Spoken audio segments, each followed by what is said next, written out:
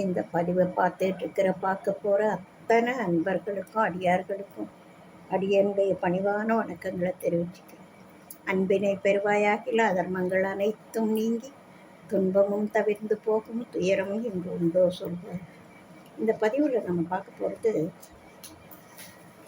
ஒரு திரைப்பட பாடல் ஒன்று. திருவிளையாடல் அப்படின்ற படத்தில் அவ்வை பாடுற மாதிரி கேபி சுந்தரம்பாள் ஔவையாராக நடிச்சிருப்பாங்க. அவங்க பாடுற மாதிரி ஒரு பாடல்.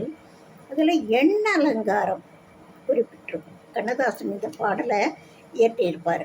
ஒன்றானவன் குருவில் இரண்டானவன், உருவான செந்தமிழில் மூன்றானவன், நன்றான வேதத்தில் நான்கானவன், நமசிவாய என ஐந்தானவன், இன்பச் சுவைகளுக்குள் ஆறானவன், இன்னிசை ஸ்வரங்களில் ஏழானவன், சித்திக்கும் பொருள்களில் எட்டானவன், தித்திக்கும் நவரச வித்தானவன், பத்தானவன் நெஞ்சில் பற்றானவன், பன்னிருகை வேலவனை பெற்றானவன், முற்றானவன் மூல முதலானவன், முன்னைக்கும் பின்னைக்கும் நடுவானவன், ஆணாகி பெண்ணாகி நின்றான் அவன், அவையொன்று தான் என்று சொன்னான் அவன், தான் பாதி உமை பாதி கொண்டான் அவன், சரிபாதி பெண்மைக்கு தந்தான் அவன், காற்றானவன் ஒளியானவன், நீரானவன் நெருப்பானவன், நேற்றாகி இன்றாகி என்றைக்கும் நிலையான ஊற்றாகி நின்றானவன், அன்பின் ஒளியாகி நின்றானவன்.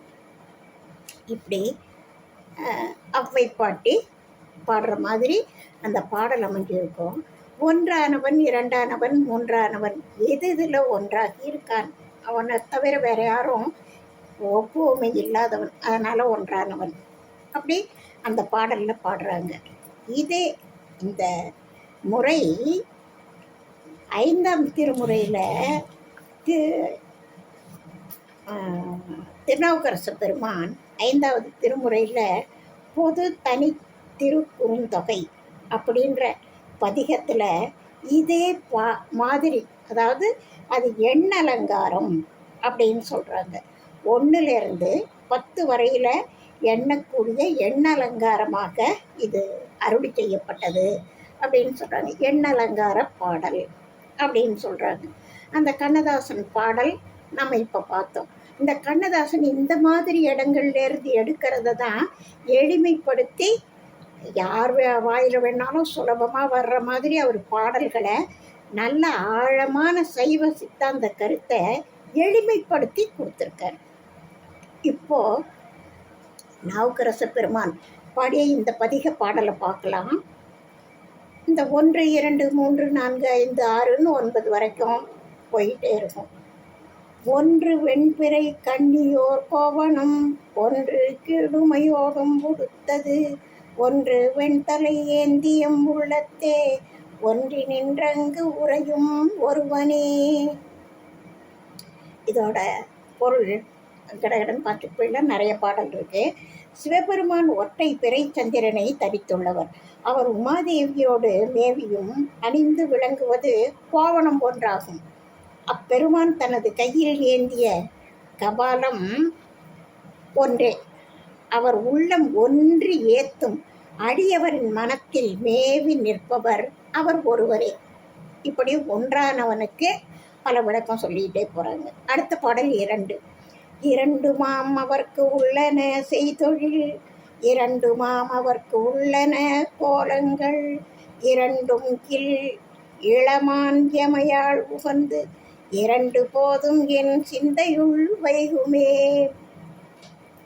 இந்த 2ன்றதை வச்சு என்னென்ன கருத்துக்களை சொல்கிறாருன்னு பாருங்கள். சிவபெருமானுக்கு ஆற்றும் தொழில்கள் 2. அவை பந்தத்தில் பக்குவமில்லாத உயிர்களை செலுத்தி பிறகு பிறவி கொள்ளச் செய்தலும், வீட்டு நெறியாகிய முத்தி இன்பத்தில் பக்குவப்பட்ட ஆன்மாக்களை அடைவித்தலும் ஆகும். 2 செய்தொழில் என்னன்னா, பக்குவப்பட்டவங்களுக்கு முத்தி கொடுக்கறதும், பக்குவப்படாதவர்களுக்கு திரும்ப பிறவி. அதாவது இவர் ஒன்றும் செய்யலை, அவங்க வினைக்கேற்ப அப்படி இந்த உனக்கு இந்த சீட்டு ஒதுக்கியிருக்காங்க, இந்த உனக்கு நீ பண்ணதுக்கு இதுதான் உனக்கு அப்படின்னு இவர் கைட் பண்ணுறவர் தான். சிவபெருமான் ஒன்றும் அவராக பிரித்து இந்தா நீ போய் இங்கே போகிற, நீ போய் இங்கே போகிற, நீ இந்த பணக்கார வீட்டில் போகிற, நீ ஏழை வீட்டில் பிறந்துக்கோ அப்படிலாம் அவர் ஒன்றும் சொல்லலை.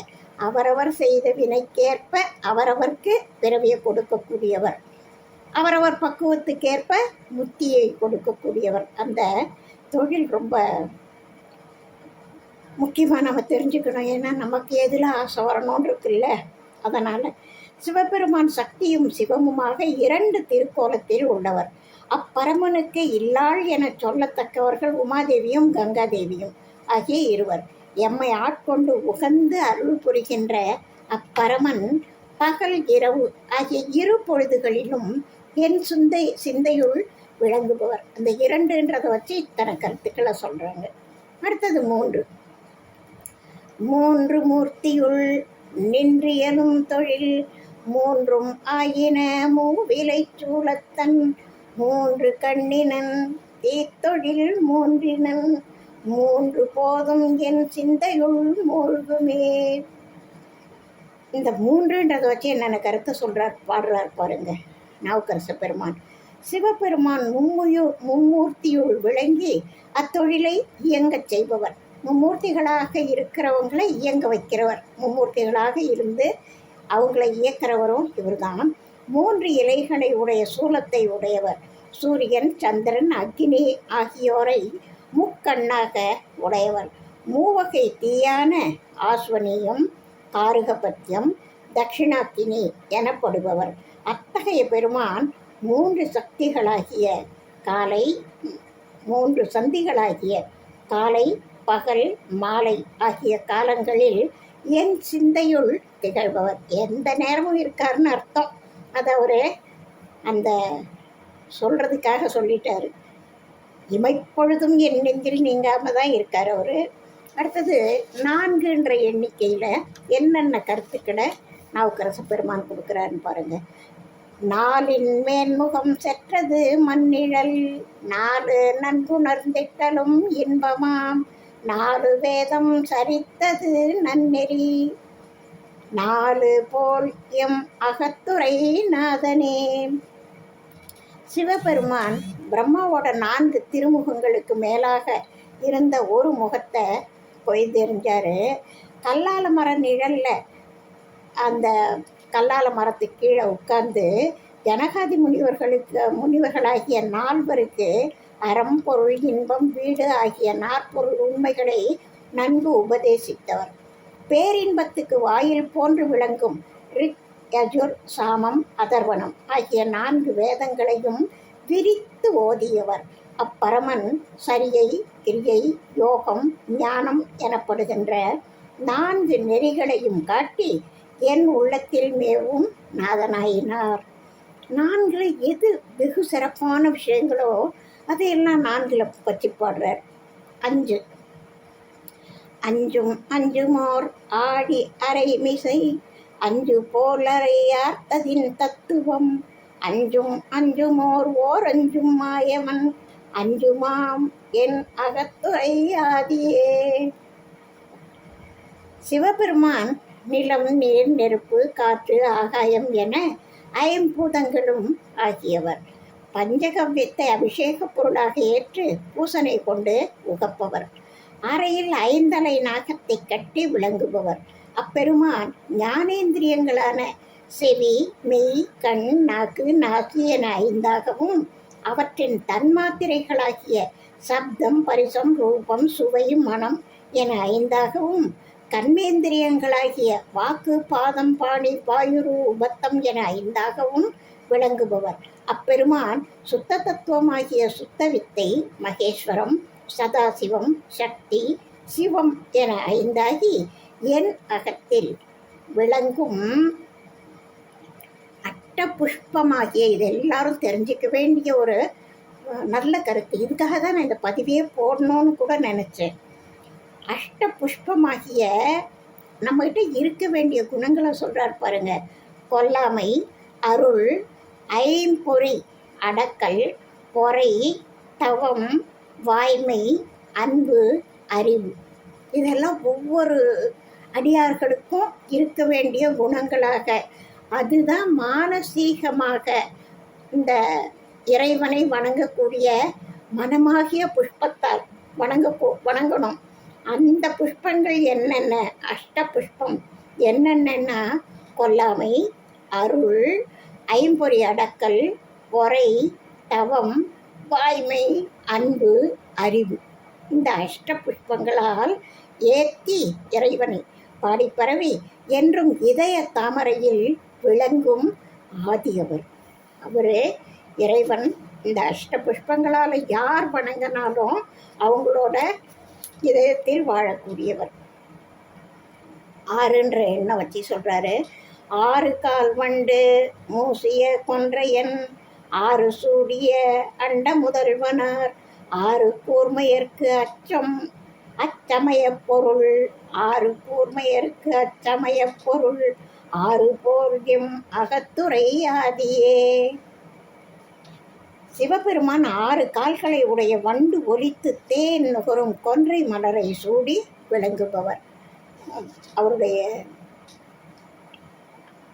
அவர் விரும்பி அணியக்கூடிய ஒரு மலர் கொன்றை மலர் இல்லையா? அது இறைவனுக்கு சாத்துறதே அந்த மட்டவிழ் மலர் தானே. அதில் தேன் இருக்கும். தேனை உண்ண ஈக்கள் வரும். அதனால் 6 கால்களை உடைய வண்டு ஒலித்து தேன் நுகரும் கொன்றை மலரை சூடி விளங்குபவர். கங்கையை சடைமுடியில் தரித்து தேவர்களின் தலைவராய் திகழ்பவர். அப்பெருமான் 6 வகை சமயத்தினருக்கும் அந்த சமயத்தின் பொருளாகவும் அவ்வவற்றின் வழிமுறையாகவும் விளங்கி என் அகத்தினில் வீற்றிருப்பவர். 6 சமயம் நம்ம சொல்கிறோமே தவிர இறைவனுடையது தான் எல்லா சமயமும். அதெல்லாம் வேறு வேறு கிடையாது. அதுதான் இவர் அழகாக பாடுறாரு. 7 பார்க்குறதுக்கு வேறு மாதிரி அவங்க நினச்சிக்கிறாங்க. ஆனால் எல்லாம் ஒன்றே தான். 7ன்ற எண்ணம் வச்சு சொல்கிறாரு. 7 மாமலை, 7 பொழில் சூழ்கடல், 7 போற்றும் ராவணன் கை நரம்பு, 7 கேட்டருள் செய்தவன் பொற்கடல், 7 சூழ் அடியேன் மனத்து உள்ளவே. சிவபெருமான் 7 பெருமை மிக்க மலைகளாகவும் இருக்கிறாரு. 7 பொழில் சூழ்ந்த கடல்களாக 7 கடல் அப்படின்னு சொல்கிறோம்ல, அந்த 7 கடலாகவும் இருக்கார். 7 இசையால் ராவணன் தனது கை நரம்புகளை யாழாக கூட்டி ஏற்ற அதனை ஏற்று அருள் செய்தவர். 7 வகையான பிறப்புகளால் சூழப்பெற்ற அடியவனின் மனத்துள் அப்பெருமான் வீற்றிருப்பவர் அப்படின்னு சொல்கிறார். 8ன்ற நம்பரை வச்சு சொல்கிறாரு. 8 மூர்த்தியாய் நின்றியலும் தொழில், 8 வான் குணத்து ஈசன் எம்மாந்தனை, 8 மூர்த்தியும் எம்முறை எம்கிரை எம்முளே, 8 மூர்த்தியும் எம்முள் ஒடுங்குமே. சிவபெருமான் அட்டமூர்த்தமாய் விளங்கியும் அதற்குரிய தொழிலையாற்றியும் பெருமையுடைய எண் குணங்களை உடையவராய் விளங்கும் எம் அன்புக்குரிய தலைவர் அவர் எம் இறைவன். அப்பெருமான் என் உள்ளத்தில் எட்டக்கூடியவராய் ஒடுங்கி ஒப்பற்றவராய் விளங்குபவர் ஆவார். மாலுக்கும் அயனுக்கும் எட்ட முடியாதவர், பார்க்க முடியாதவர். ஆனால் இவருக்கு என் உள்ளத்தில் எட்டக்கூடியவராய் ஒடுங்கி அணுவுக்குள்ள அணுவாக இருக்கிறவர் தானே இறைவன். அது அப்படி அடியார் உள்ளத்துள் ஒடுக்கம் அப்படின்னு சொல்லுவாங்க. அது மாதிரி தொண்டர்தம் பெருமை சொல்லவும் பெரிதே. அது மாதிரி ஒப்பற்றவராய் அந்த ஒடுங்கி இருப்பாராம் உள்ளத்துக்குள்ள. 9ன்ற எண்ணம் வச்சு பாடுறாரு. 9 யானை ஒளி களிறு, 9 பல்கணம் சூழவே, 9ஆம் அவை தீத்தொழிலின் உரை, 9 ஒத்து நின்று என்னுள் ஒடுங்குமே. சிவபெருமான் நவக்கிரகங்கள் 9க்கும் பதியாக விளங்கக்கூடியவர். ஒளிரும் களிரன்ன ஆற்றலுடைய 18 கணங்கள் சூழ விளங்குபவர். அப்பெருமான் 9 துவாரங்களை உடைய இவ்வுடலின் கண் தீமை ஏதும் அணுகாதவாறு காத்து இனிய தன்மையில் திகழ்பவர். 9 ஓட்டம் இருக்கிற இந்த வீட்டுக்குள்ளே அவரும் குடியிருந்து எல்லாத்தையும் பத்திரமா பார்த்துக்கிறார். அவர் என் உள்ளத்தின் உள்ளே விளங்கி 9 என்று விளங்கும் தனித்தன்மையை உடைய எண்ணை போன்று எண்ணுள் ஒடுக்கம் கொண்டு விளங்குபவராவார். 9ன்ற எண்ணோட சிறப்பு என்ன அப்படின்றத இதில் ரொம்ப அழகாக தெளிவாக விளக்கமாக எடுத்து சொல்கிறாங்க. நம்ம பார்க்கலாம். நவக்கிரகங்கள் 9க்கும் பதியாக விளங்கக்கூடிய அவர் 9 என்னும் எண் தனித்தன்மை வாய்ந்த ஒரு பெரிய எண். அதாவது தனித்து இயங்கக்கூடிய ஒற்றை எண்ணாக இயங்கக்கூடிய எண்களில் 9 தான் மிகப்பெரிய எண். அதை விட பெரிய எண் கிடையாது. நீங்கள் 0 ஆரம்பித்து 10 வரைக்கும் அந்த 10ன்னு வரும்பொழுது 2 எண்ணாக போயிடுது. 9 தான் மிகப்பெரிய எண். இது எல்லாருக்கும் தெரிஞ்ச விஷயம்.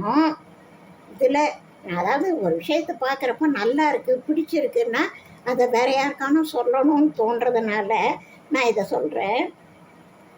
அந்த 9ன்ற எண்ணை பெருக்கி பன்மடங்கு ஆக்கினாலும் அதனோட மொத்த கூட்டுத்தொகையானது 9ஆகவே திரும்ப வரும். இப்போது 9 பெருக்கல் 1 அது என்னாச்சு 9. அதோட கூட்டுத்தொகை அது 9ஆகவே இருக்கும். 9 2ஆல் பெருக்குனா 18. அதை 2ஐயும் கூட்டினா 9. 9 × 3 27. அதோட கூட்டுத்தொகை அதே 9. 9 × 4 அதோட தொகை கூட்டுத்தொகை என்ன 36. அது என்ன 2ஐயும் கூட்டினா 6 3 9. அப்படி இந்த 10 வரைக்கும் நம்ம கூட்டினாலும் 9 × 9 வரைக்கும் போயிட்டே இருந்தாலும் 36 45 அதோட கூட்டுத்தொகை 9. அடுத்தது 54 அதோட கூட்டுத்தொகை 9. 63 அதோட கூட்டுத்தொகை 9. 9 × 8 72 அதோட கூட்டுத்தொகை 9. 9 × 9 அதோட கூட்டுத்தொகை 81. 8 1 9. இப்படி 9 வரைக்கும் எதால் பெருக்கினாலும் அந்த வர்ற விடையை கூட்டி பார்த்தா 9ஆகவே நிற்கும். அதாவது அது எக்காரணத்தை கொண்டும் மாறவே இல்லை. எப்படி இருந்தாலும் அந்த எண்ணோட தனித்தன்மையை அது காமிக்குது. அதே மாதிரியே கூட்டி பார்க்கலாம். இது பெருக்குனா தான் அப்படி கூட்டி பார்க்கலாம். அந்த எண்ணோட இன்னொரு எண்ணை கூட்டினா என்ன நடக்கும் அப்படின்னு பார்த்தா அப்போவும் அது அப்படியே தான் இருக்குது. 9ஓட 1 கூட்டினா 10. அந்த எண்ணை என்ன செய்யுது? திரும்ப கூட்டி பார்த்தா 1 தான். வந்த எண் வந்துகிட்டே இருக்கும். ஆனால் அந்த எண் மாறவே இல்லை. எந்த எண் வந்து சேர்ந்தாலும் அது தன்னோட தன்மையிலிருந்து மாறாமல் இருக்குது. 9 + 2 11. அதோட எண் 2. வந்த எண் என்னவோ அந்த எண் அப்படியே இருக்குது. அதையும் இது ஒன்றும் செய்யலை. தன் நிலையிலேருந்து இது மாறாமல் இருக்குது. வந்த எண்ணையும் ஒன்றும் செய்யலை. தன்னோட அந்த பெருக்கல் தொகை அதிகமாகும் பொழுதோ அது தன் நிலையிலிருந்து மாறவே இல்லை. வந்த எண்ணையும் மாற்ற விடலை. 9 + 3 12. 2 1 3. அந்த எந்த எண்ணை கூட்டினமோ அதுதான் அதோட கூட்டுத்தொகையாக வரும். 9 + 4 13. 13ஓட கூட்டுத்தொகை 4. 9 + 5 14. அதோட கூட்டுத்தொகை 5. 9 + 6 15. அதோட கூட்டுத்தொகை 6. 9 + 7 16. அதோட கூட்டுத்தொகை 7. அந்த எந்த எண்ணை நீங்கள் கூட்டினீங்களோ அதுதான் அந்த விடையாக அந்த கூட்டுத்தொகையாகவும் இருக்குது. 9 + அப்படியே கூட்டிகிட்டே போனால் அதே எண்ணாகவே இருக்குது, மாற்றமடையலை. அப்படின்றது இந்த 9 என்ற எண்ணோட தனிச்சிறப்பு. அவரை அப்படி சொல்கிறாங்க. அடுத்தது 10ன்ற எண்ணை வச்சு பாடுறார். 10 நூறவன் என் கண் வெள்ளேற்றண்ணல் 10 நூறவன் பன்சடை தோள்மிசை 10 யாம் இளம் மாதலின் ஞானத்தால் 10 யானிடம் கொண்டது பள்ளியே. சிவபெருமான் நூற்றுக்கணக்காக விரிந்து எல்லா பொருள்களிலும் வியாபித்து இருப்பவர். சினம் மல்கிய வெள்ளை ரிஷபத்தை வாகனமாக உடைய அண்ணல் பலவாறு விரிந்த சடைமுடியானது தோளின் மீது திகழ விளங்குபவர். பக்தி உடைய அன்பர்களின் மனத்தினை இல்லமாக கொண்டு வீற்றிருக்கும் அப்பரமனை அத்தகைய ஞானத்தால் உணர்ந்து அன்பர்கள் ஏற்றி மகிழ்வார்களாக அப்படின்னு இந்த பதிகத்தை முடிக்கிறார். அந்த 9ஓட கூட்டுத்தொகையும் பெருக்கல் தொகையும் அது தன்னிலையிலேருந்து மாறாமல் இருக்கிறதும், வந்த எண்ணையும் மாற விடாமல் அப்படியே இருக்க வைக்கிறதும், வேறு எந்த எண்ணுக்கும் இந்த சிறப்பு கிடையாது. எல்லாமே மாறி இருக்கும். 9க்கு மட்டுமே அந்த சிறப்பு இருக்குது. அப்படின்றதுனால அதை பற்றி இது பாடியிருக்காரு. இந்த எண்ணலங்கார பாடலினுடைய சிறப்பே ஒரு தனி சிறப்பு தான். இத்திருப்பாட்டின் கூட்டுத்தொகை, இந்த திருப்பாட்டின் கூட்டுத்தொகை 9, 8 8 + 8 + 2 18, 9, அதாவது 18 பாட்டு. அந்த 18 கூட்டினா என்ன வருது? 8 + 1 9. அந்த பதிகத்திலையும் 9ஆகவே அது காட்டுது. அந்த பதிகத்தில் அப்படி தான் பாடியிருக்கார். அப்படின்றதுனால இந்த பதிகத்தில் 9ஓட சிறப்பு வெகுவாக எடுத்து காட்டப்பட்டிருக்கு அப்படின்றத சொல்லிக்கிறேன். நம்ம திரைப்பட பாடலில் ஒன்றானவன் இரண்டானவன் பாடினதும் இந்த எண்ணலங்கார பாடல் பார்த்து கண்ணதாசன் நமக்கு கொடுத்தது. நிறைய சைவ சித்தாந்த பாடல்கள்லாம், சைவ சித்தாந்த கருத்துக்கள்லாம் மிக எளிமையாக சொல்லக்கூடிய ஆற்றல் கண்ணதாசனுக்கு இருக்குது. அதனால் இந்த எண்ணலங்கார பாடல் உங்களுக்கு பிடிச்சிருக்குன்னா ஒரு லைக் போடுங்க. உங்களுக்கு தெரிஞ்சவங்களுக்கு ஷேர் பண்ணுங்கள். உங்களோட கருத்துக்களை சொல்லுங்கள். இதுவரை பண்ணாதவங்க சப்ஸ்கிரைப் பண்ணுங்கள். வாழ்க வளமுடன். நல்ல விஷயங்களை நீங்கள் தெரிஞ்சுக்கிறதும் அடுத்தவங்களுக்கு சொல்கிறதும் ரொம்ப நல்ல விஷயம். கேட்குறதே நல்ல விஷயம். வாழ்க வளமுடன். உங்களோட கனிவான கருத்துக்காக காத்துட்ருக்கேன். அடுத்த பதிவில் அடுத்த ஒரு கருத்தோடு சந்திப்போம். வாழிய நாளும் மெய்மெய் வாழ்க நல்லறங்கள் எல்லாம் வாழிய பெரியோன் நாமம் வாழியே வாழி வாழி. வாழ்க வையகம். வாழ்க வளமுடன்.